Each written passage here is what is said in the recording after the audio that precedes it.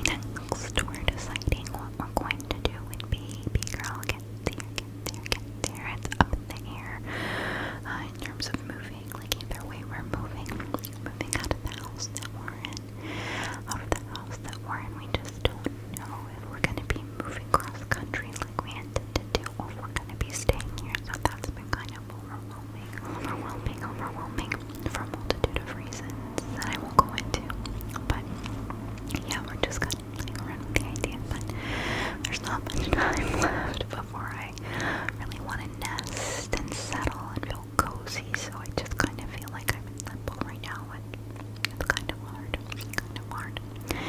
Another thing that I didn't realize you experience during pregnancy, and I'm gonna make a full video for all of you expecting moms and dads. Kind of the emotional labor that pregnancy takes. Some more than others. I've heard Ireland Baldwin kind of talk about this, and it's touching on the subject of health anxiety for your child. Not being able to like grab her and see, are you okay? Are you okay? Are you okay? Are you okay? I have a really big ultrasound coming up, so fingers crossed everything good goes there. But I don't think people talk enough about health anxiety while being pregnant, and it's exhausting because you just want your baby to be okay. So it's a very fine line between, okay, how long am I going to allow myself to ruminate? I've really had to utilize coping tools and hobbies and new hobbies because I'm a lot more sleepy, and these aren't negatives. It doesn't mean that I'm not ecstatic. It doesn't mean that I'm not grateful or acknowledge the privilege that I have, the honor, to be quite honest with you. But it's just to state that it's very real, and it's a lot if you're not used to change, and I'm so hyper-aware, self-aware, and it becomes kind of exhausting. When you have a child, you're expecting a child or have one, it really surfaces what your childhood experiences were, and being really confronted, and because I am having a little girl, there is a lot more reconciling I have to do within my own self.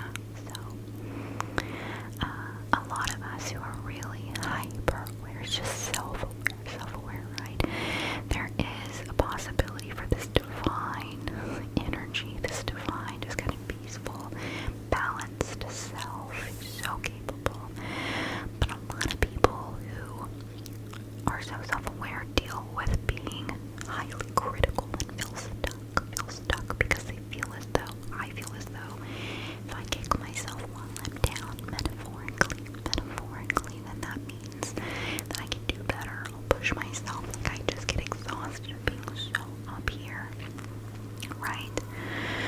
And in fact, it's quite opposite. So I've been doing a lot of internal family systems, IFS, and going to all these different ages and thinking, what is coming up? What is this desire to be chosen in different aspects of my life, and not feeling like I deserve my voice to be heard. I want my wants and needs met, because I feel like if I'm not being the most incredible, appeasing human being, pregnancy kind of doesn't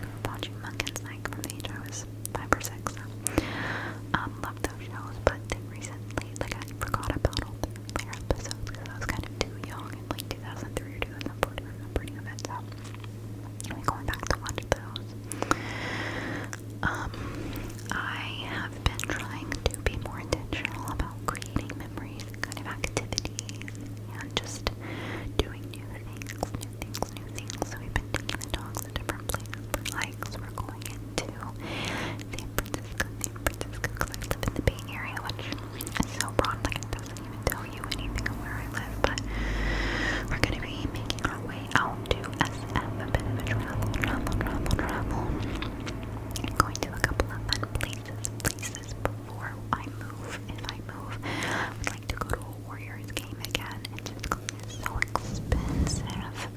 The Chase Center used to be the Oakland Coliseum,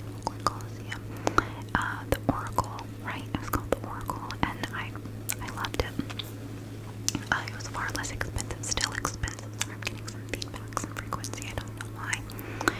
Also, I think because it's been raining, that there is quite a bit of noise that's outside, but I'm really not for sure. So I'm gonna try and wrap it up here pretty soon because I don't want it to bother you too much. I apologize. I feel like the mic sometimes sounds like muted, but it's still like sensitive, so it might just be my earbuds. I feel like it helps me stay in an ASMR kind of form if I hear myself.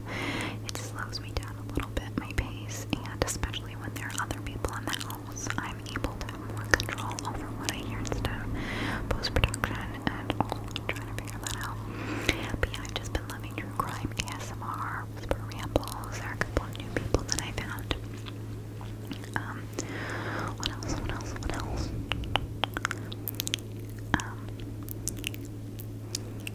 I don't really know what else. Yeah, spring is coming up. I'm excited for that. I've been having a hard time with the just like the fog and like just overcast and the cold and the rain. I'm over it, but it really doesn't even warm up here till like June. So, but I like some sunshine nonetheless.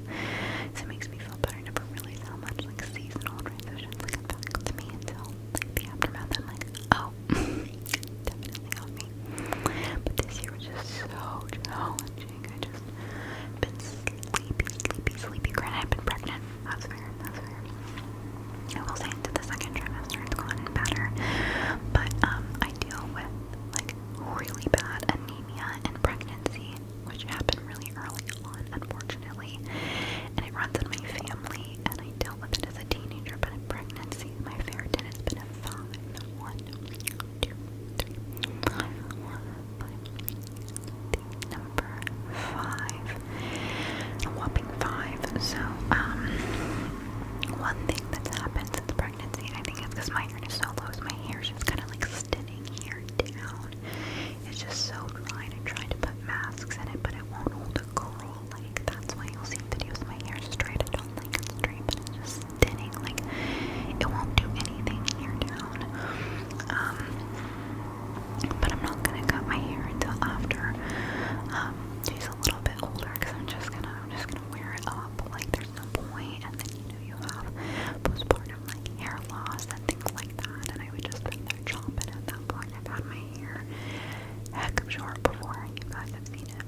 If you've been following that long, it's like short up here. It was like so long, and then cut it. It was in that like A-line lob, and then more of like a short lob, not a bob, because a bob just goes in here, but it was A-line.